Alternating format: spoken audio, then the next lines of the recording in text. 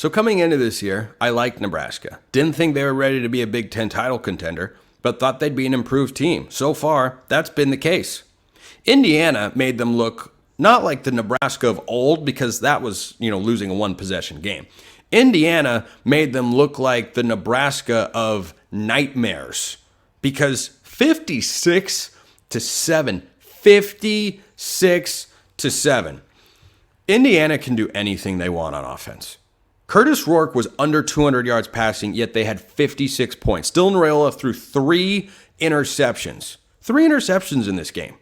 And yet, Indiana blew them out. And you need to look at Indiana and view them as a team that could wind up playing for a Big Ten Conference championship. Because as I'm recording the show, Michigan is getting underway with Illinois. We'll see how that game goes. I think Illinois is going to win the football game. So when you look at the rest of Indiana's schedule, they host Washington next week. Well, that should be a win. They go at Michigan State. That's a rebuilding team. They host Michigan. They're not as good as we thought. And suddenly November 23rd against Ohio State could be a game that decides who goes to the Big Ten championship. And the tiebreakers in the Big Ten could get really spicy. Because remember, Penn State hasn't lost a game yet. Oregon hasn't lost a game yet. Ohio State's got 1 loss. They still have to play Penn State and Indiana. And they have to play Michigan. You never know, but Ohio State will beat Michigan just fine. And then Indiana hosts Purdue last week, the regular season.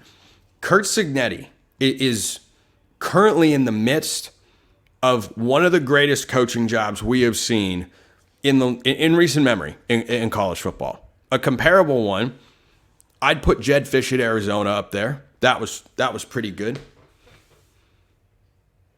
What else is comparable here? Indiana has gone in one season from bottom dweller to top of the conference. Is their favorable schedule helping? Yes. But this game against Nebraska was the opportunity for Nebraska to prove, hey, we're in year 2 and you're in year 1 with your staff over there. We're ready for this more than you. Nope. If you play that game 10 times going into this game, I'd probably have said, hey, if you play this game 10 times in Bloomington, Indiana probably wins 6 or 7.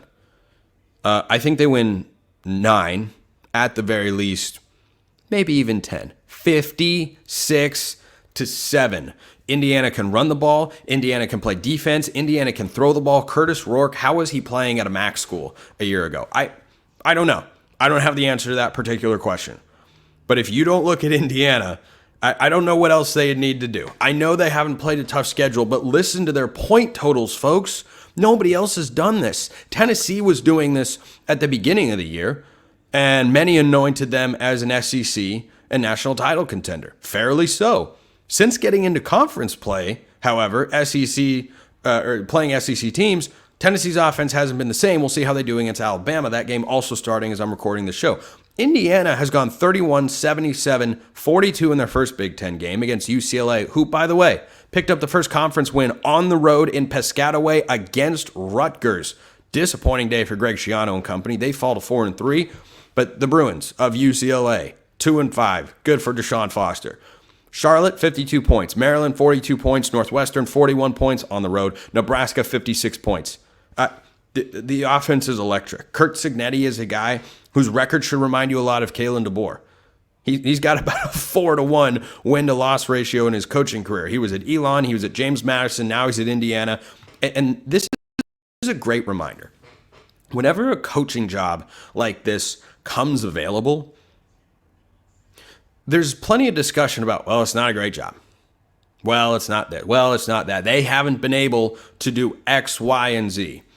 And though that's often true, hence the need for a new head coach, any program at the power level, any program is one right hire away from being at least more respectable very, very quickly. When Jed Fish got to Arizona, he had a program that had lost 12 straight games. By the time he left, conference title contender. They pushed for it. They almost beat USC on the road. Should have beaten USC on the road. They did have a 10-win season in a year where their preseason win total on FanDuel was 4.5. That's what Curt Cignetti is doing right now in Bloomington. His team is steamrolling everyone they play. And you can say, well, they haven't played a great team yet. No, but they just played a good team. Nebraska, make no mistake about it, is a good team, and they didn't just beat them. They pounded them into the turf. I mean boxer style, or like Roy Kent beating a bully in his dreams in Ted Lasso, where you just beat them over and over and that's what Indiana did here, and that's what a really good team does.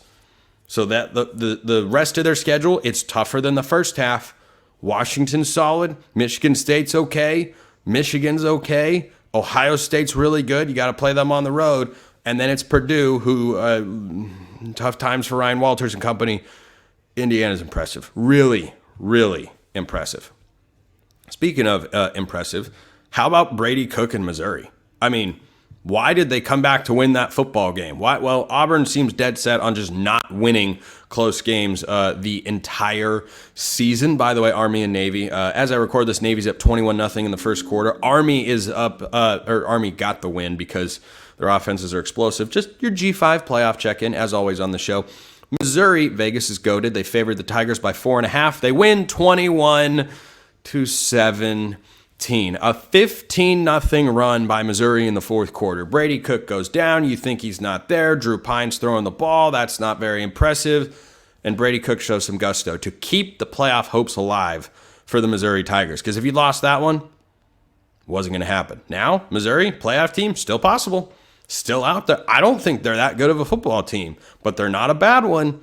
And their schedule, like Indiana's, incredibly favorable. So, a lot of stuff happened in the early window. Still a bunch of great games to play later today, and including ongoing, as I mentioned, that I'm going to watch once I hop off here and finish recording the show. But I do want to talk about the Gamecocks, because South Carolina, you talk about teams that are almost good. South Carolina is a solid team. They're not a great one. They could have had a great season. They went into Norman and blew out Oklahoma, who have no idea what to do at quarterback, who look inept on offense with both guys there. I think Oklahoma will go shopping in the transfer portal this offseason for a new signal caller for 2025. And with every loss that looks like that for Oklahoma after losing to Texas 34-3, now Oklahoma fans told me they were ready for the SEC. They are not. Doesn't mean they never will be. Just means right now they are definitely not. And that starts with the quarterback position. I don't know what the temperature on Brent Venables' seat is. They extended him before the season, so it's probably not that hot. Brent Venables' agent probably kicking back, drinking a mimosa and thinking, good thing I got that extension done.